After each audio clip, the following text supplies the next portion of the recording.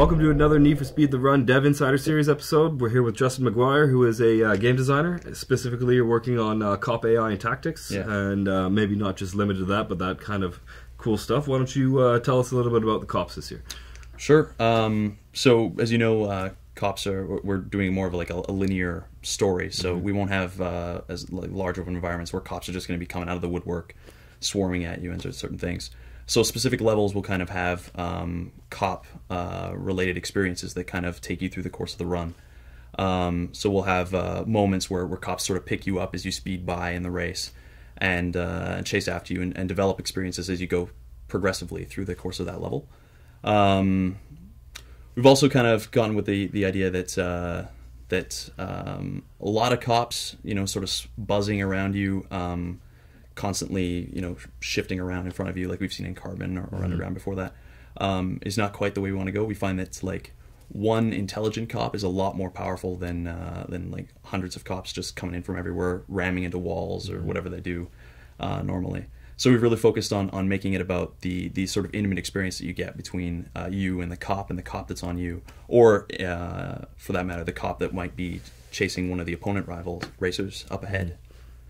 Cool. Yeah.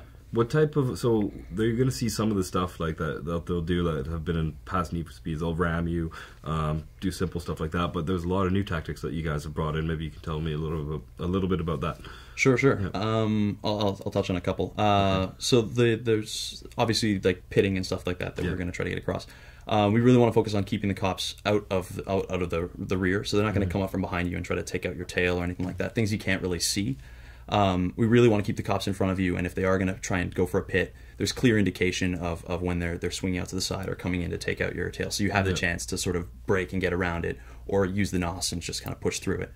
Other tactics will be like they'll take on different formation positions around you, so they might be hovering around beside you, and then all of a sudden pull out in front, and you'll see them give a little signal. They'll sort of flick their brake lights on, and then pull this brake check where they slam on their brakes and try to ram you in the front. You have a quick split-second decision to make to dodge around and stay on course of the race, or you're going to get wrecked up. Other types of tactics that we have employed are sort of almost dynamic roadblock sort of scenarios where you'll see a cop coming at you from out in front, and he'll swing and sort of turn to the side to kind of block your path right at that last moment, and you got to dodge around and to make sure that you don't get taken out from that too.